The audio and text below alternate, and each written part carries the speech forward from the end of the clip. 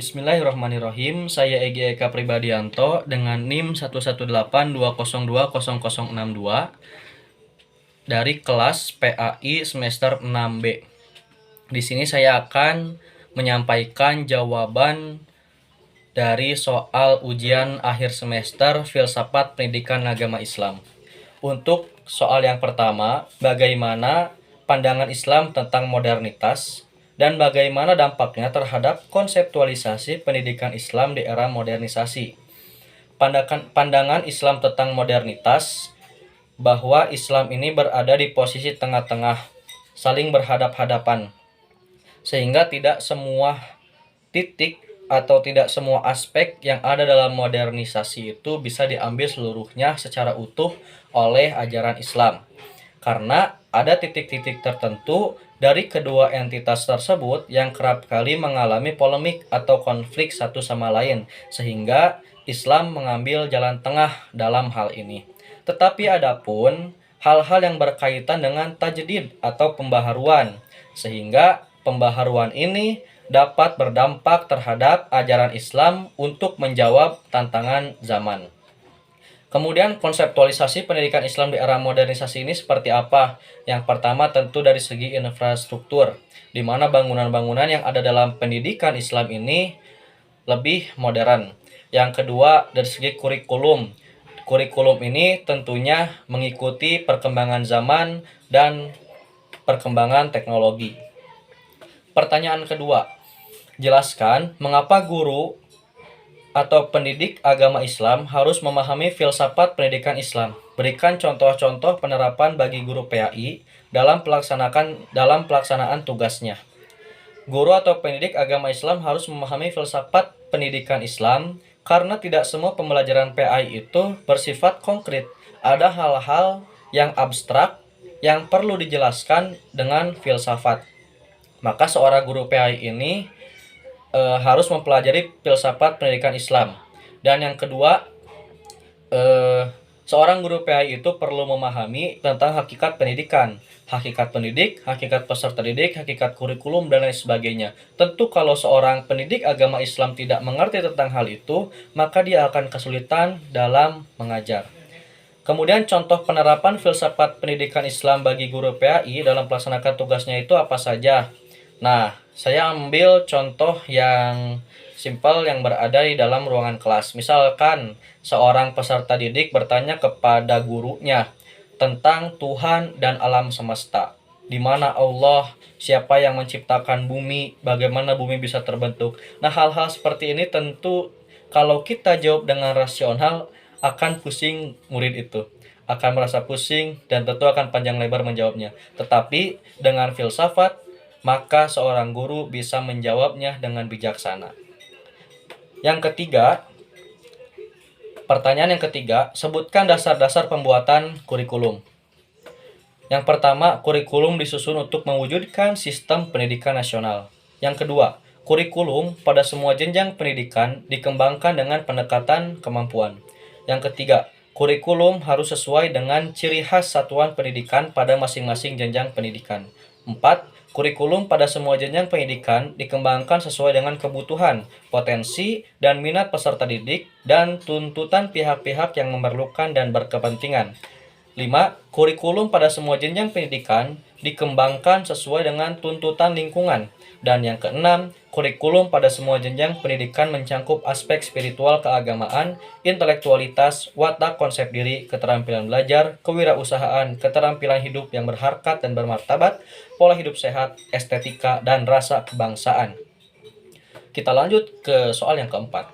Apa yang hendak dicapai oleh pendidikan Islam menurut Al-Ghazali? Secara garis besar, Imam Al-Ghazali ini membagi kedua tujuan pendidikan. Yang pertama, tujuan pendidikan jangka pendek. Yaitu apa? Yaitu bersifat duniawi, di mana seorang peserta didik dituntut untuk mencapai hal-hal yang bersifat keduniawian seperti pangkat, kemegahan, penghormatan, dan popularitas. Adapun tujuan pendidikan jangka panjang menurut Imam Al-Ghazali adalah membentuk setiap individu peserta didik untuk menjadi insan kamil dan berakhlak mulia, agar setiap individu tersebut mampu mengenal kapasitas dirinya sebagai makhluk sehingga ia dapat mendekatkan diri kepada Allah Subhanahu wa taala. Kita lanjut ke soal yang nomor 5. Apa perbedaan pandangan pendidikan Ibnu Khaldun dengan Al-Ghazali? Yang pertama, pemikiran Al-Ghazali itu bersifat tasawuf, sedangkan Ibnu Khaldun lebih kepada sosiologis dan antropologis. Untuk perbedaan yang kedua, konsep pendidikan Al-Ghazali ini lebih bersifat akhirat, sehingga dia ingin peserta didiknya itu memiliki akhlak mulia dan agama yang kuat. Sedangkan tujuan pendidikan menurut Ibnu Khaldun itu yang pertama adalah bersifat duniawi, yakni di mana pendidikan ini bertujuan untuk memperoleh kemahiran, keterampilan profesional dan ditujukan untuk membina pemikiran peserta didik. Itu menurut Ibnu Khaldun.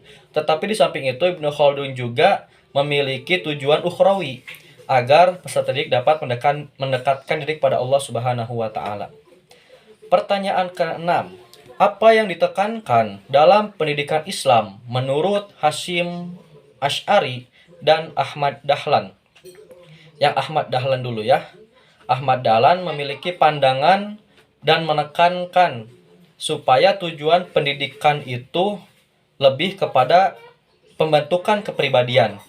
Nah, kepribadian ya Ahmad Dahlan. Sedangkan Hasyim Asy'ari ini lebih menekankan kepada kolbu, kepada niat, di mana Hasyim Asy'ari menekankan yang pertama, bagi murid hendaknya berniat suci dalam menuntut ilmu. Jangan sekali-kali berniat untuk hal-hal duniawi dan jangan melecehkannya. Dan yang kedua, bagi guru, dalam mengajarkan ilmu hendaknya meluruskan niatnya terlebih dahulu, tidak mengharapkan materi semata.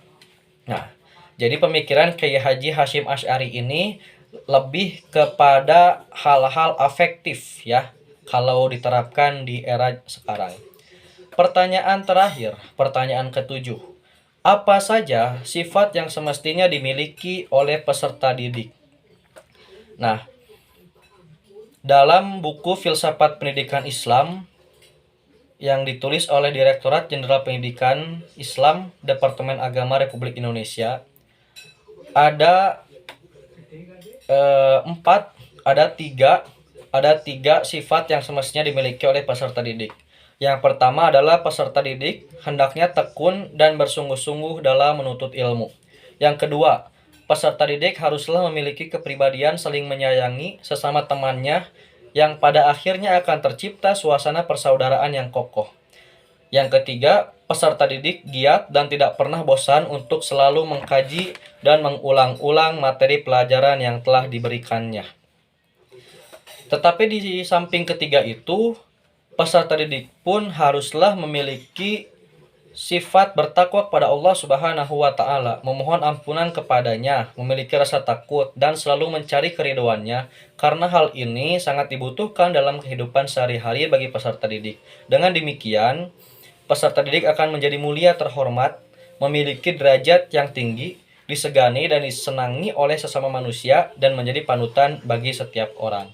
Itulah ketujuh jawaban yang mudah-mudahan dapat bermanfaat dan juga tepat ya.